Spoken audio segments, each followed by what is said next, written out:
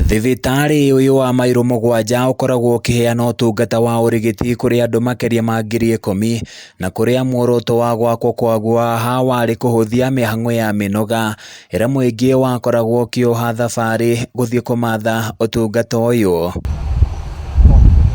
No rĩu kũringana na mũingĩ wa gũkũ nĩ atĩ maũndũ mahanĩte ta macokire o ta kĩambĩrĩria thutha wa gũkorwo kwagĩte ndawa kwa ihinda na gũcũngĩrĩria andũ aingĩ kwĩhĩrwo nĩ mĩrimũ. Currently ndagĩka ĩno kwĩna thĩna mũnene, kwĩna ng'aragu, andũ matirĩ na mbeca cia kũhota gũthiĩ kũgũra ndawa. That means Kenya nĩ arwaru aingĩ nĩ arĩa rĩu marakuĩra mĩciĩ. Tũgacokia ngatho harĩ Ngai nĩ tondũ COVID nĩ ikũrũkĩte. Thomas Kalei, ũmwe wa atongoria bodi-inĩ ya ũtongoria wa thibitarĩ ũyũ, aroiga wagi wa ndawa thibitarĩ-inĩ ũyũ nĩ ũcũngĩrĩirie andũ aingĩ kũingĩra gĩthaka na gwetha ndawa cia kĩũndũire, ũndũ ũrĩa wĩna kĩeha kĩingĩ. Kutumia dawa za kienyeji, kuchimba madawa kule msituni ili waweze kukunywa, kwa sababu ukielekea katika hospitali kitu ya kwanza unapewa ni referral. Unarifaiwa tu, nenda nunua dawa kwa chemistry, nenda Nyahururu, nenda kule kungine. Lakini ukienda pia Nyahururu, utaenda uchukue NHIF yako na uingie uandikiwe.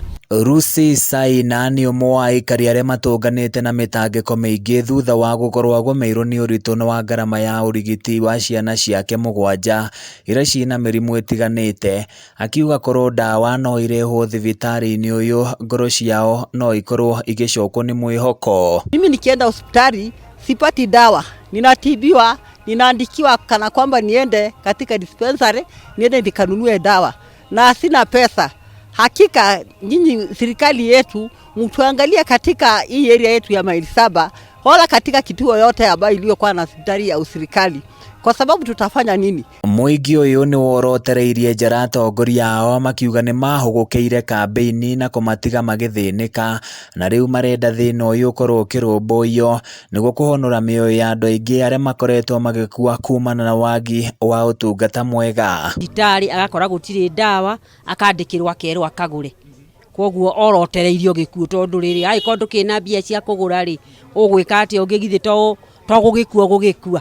Rĩu rĩ ona ĩko ciaca cirĩ okuo rĩ andũ nĩ macoke macinani mambe matungatĩre mũingĩ tondũ no ithuĩ tũkamathura. No kũringana na minista mũrũgamĩrĩri rũhonge-inĩ rwa ũgima wa mwĩrĩ kaunti-inĩ ya Laikipia Rose Maitai nĩ etĩkĩrĩte gũtikoretwo na ndawa kwa ihinda, ĩndĩ akiuga kwambĩrĩria kiumia gĩũkĩte nĩ makwambĩka mĩtaratara ya gũtwara ndawa thibitarĩ-inĩ iria igũmĩirwo nĩ ũnyihu wacio. Waziri kĩrĩro gĩkĩ nĩ ũkĩiguĩte thĩinĩ wa Laikipia, thĩinĩ wa Nyeri county government, no nĩ atĩrĩrĩ tũkũrĩra nginya rĩ bwana Wasiri, bwana Kagwe, ndawa ile kuo KEMSA nĩ marauga mena ndawa no itirakinya thĩinĩ wa facilities.